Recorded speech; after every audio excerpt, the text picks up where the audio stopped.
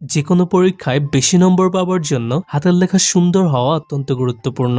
কারণ পরীক্ষার খাতায় উত্তর সঠিক লেখা হলেও যদি হাতের লেখা খারাপ হয় তবে যিনি খাতা চেক করবেন এই পচা হাতের লেখা দেখে তখন স্বাভাবিকভাবেই তার মুড খারাপ হয়ে যাবে। আপনার সাথেও কি এরকমটা কখনো হয়েছে যে আপনি পরীক্ষার খাতায় সবগুলো প্রশ্নের উত্তর লেখার পরেও আপনার নম্বর কম এসেছে? সেক্ষেত্রে কিন্তু হতে পারে যে এটা আপনার খারাপ হাতের লেখার জন্য হয়েছে।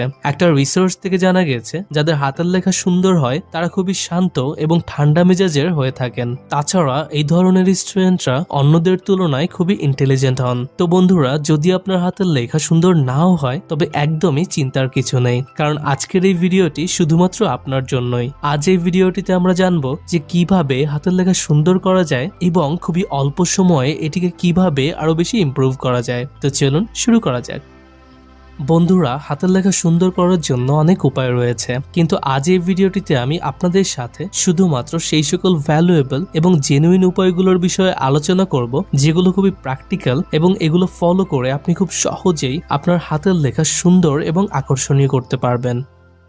হাতের লেখার বিষয়টি নিয়ে আমরা অনেক অভিজ্ঞ পরীক্ষকের সাথে কথা বলেছি এবং পরীক্ষার খাতা চেক করেন এমন অনেক শিক্ষকের সাথে আলোচনা করে আমি জানতে পেরেছি যখনই তারা খাতা চেক করেন তখন প্রথম পেজে হাতের লেখার কোয়ালিটি অনেক বেশি ইম্পর্টেন্ট হয়। কিছু শিক্ষক এমনও বলেছেন যে খাতা চেক করার সময় কোনো স্টুডেন্টের হাতের লেখা অনেক বেশি খারাপ দেখলে তাদের ব্রেইনে অটোমেটিক্যালি এটা চলে আসে যে সেই স্টুডেন্ট নিশ্চয়ই পড়াশোনায় খুব একটা ভালো না। অপরদিকে হাতের লেখা খুবই সুন্দর হলে পরীক্ষকের ব্রেইনে তখন একটা পজিটিভ ইমপ্রেশন যায়, ফলে এক্ষেত্রে শিক্ষক পজিটিভ মাইন্ডে সেই খাতাটি চেক করেন আর এটা সরাসরি বেনিফিট পায় সেই পরীক্ষার্থী, কারণ এতে করে তার খাতায় নম্বর বেশি আসার সম্ভাবনা কিন্তু অনেকটাই বৃদ্ধি পায়।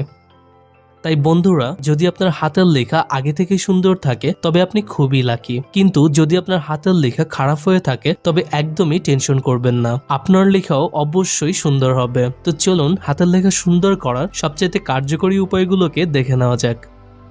Number 1, improve your sitting habit.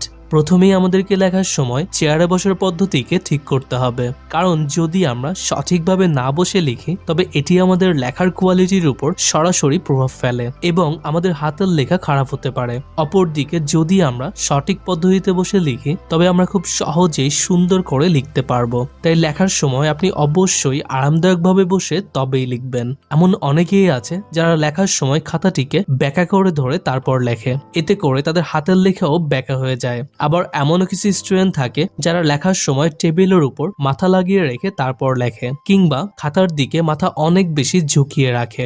এগুলো করাও একদমই ঠিক নয়, বরং লেখার সময় আমাদেরকে অবশ্যই সঠিক পজিশনে বসতে